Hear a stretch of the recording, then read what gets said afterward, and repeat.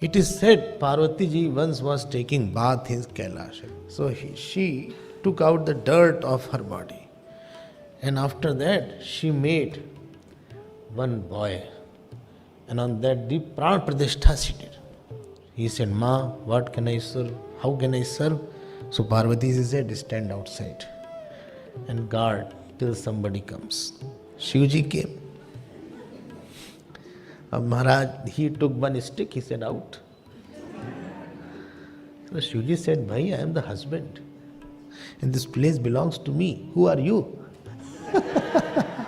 So the argument broke into a rift, and rift conflagrated into a fight, full-fledged fight. And then Shivji took his trishul and severed his head.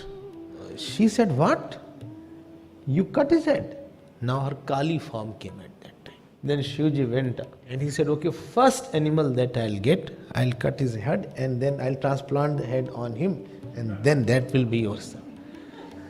So first animal facing whose head is on the northern direction. So when he searched out, he saw one elephant whose head was on the northern direction. So he went and he cut the head. Two heads are cut because of one problem.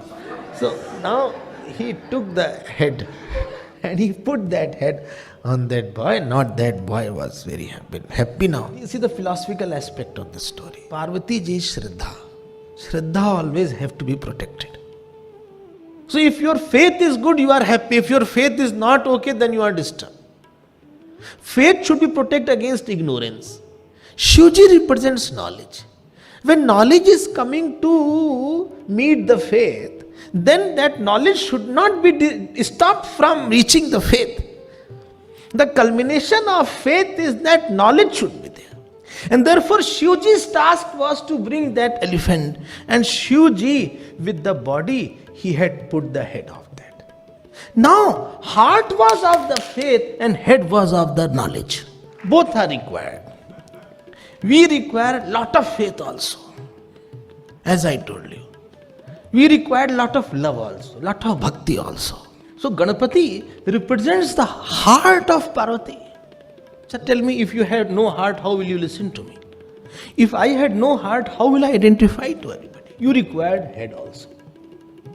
Because Ganapati ji is worshipped before every puja, because every action should be done Vivek Purvak only. If we don't have proper intellect, we don't know how to think properly, you will make lot of mistakes in your life. When heart and head, such a faithful heart and illuminating intellect comes out, then that is called Ganesh.